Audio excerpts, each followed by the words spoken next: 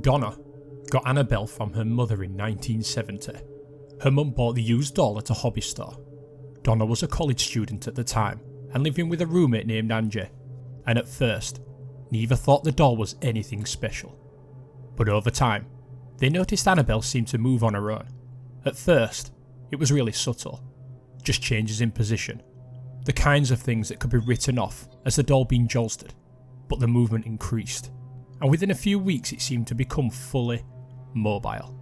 The girls would leave the apartment with Annabelle on Donna's bed and return home to find it on the couch.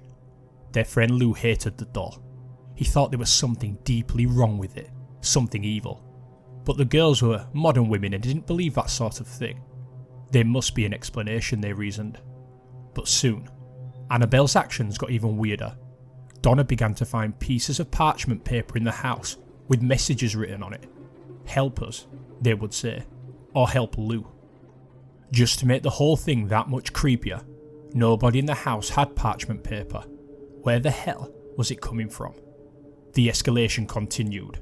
One night, Donna returned home to find Annabelle in her bed, with blood on her hands. The blood, or some sort of red liquid, seemed to be coming from the doll itself. That was enough. Donna finally agreed to bring in a medium. The sensitive sat with the doll and told the girls that long before their apartment complex had been built, there had been a field on that property. A 7-year-old girl named Annabelle Higgins had been found dead in that field. Her spirit remained, and when the doll came into the house, the girl latched onto it. She found Donna and Angie to be trustworthy. She just wanted to stay with them.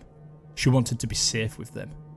Being sweet, nurturing types, they were both nursing students. Donna and Angie agreed to let Annabelle stay with them, and that's when all hell broke loose. Lou started having bad dreams. Dreams where Annabelle was in his bed, climbing up his leg as he lay frozen, sliding up his chest to his neck, and closing her stuffed hands around his throat, choking him out. He would wake up terrified, head pounding like all blood had been cut off to his brain. He was freaking out, and he was worried about the girls. A few days later, he and Angie were hanging out, planning a road trip, when they heard someone moving around in Donna's room. They froze. Was it a break-in? Was there an intruder in the apartment?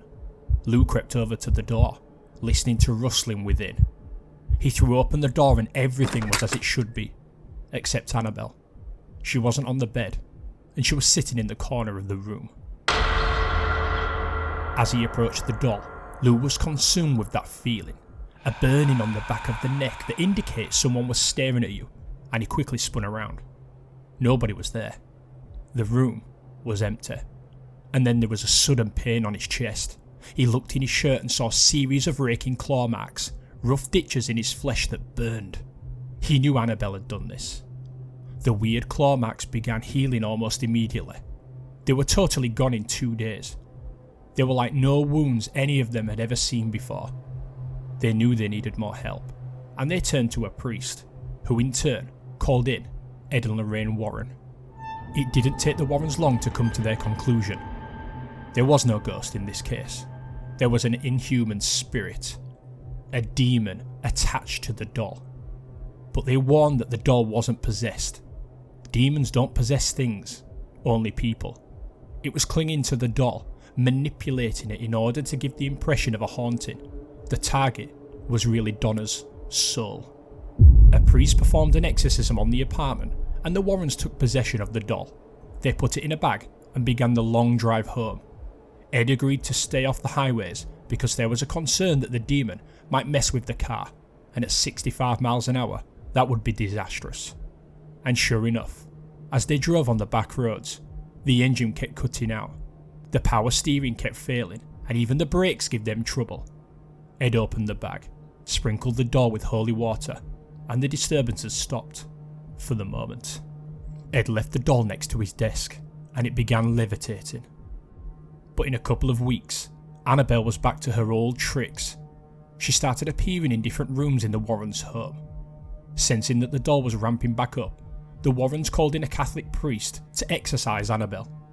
The priest didn't take it seriously, telling Annabelle, "You're just a doll, you can't hurt anyone." Big mistake.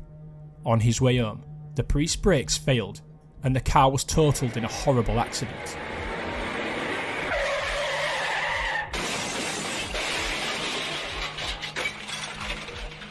Luckily, he survived. Eventually, the Warrens built a locked case for Annabelle, and she resides there to this day. The locked case seems to have kept the doll from moving around, but it seems like that whatever terrible entity is attached to it is still there, waiting, biding its time, ready for the day when it can again be free.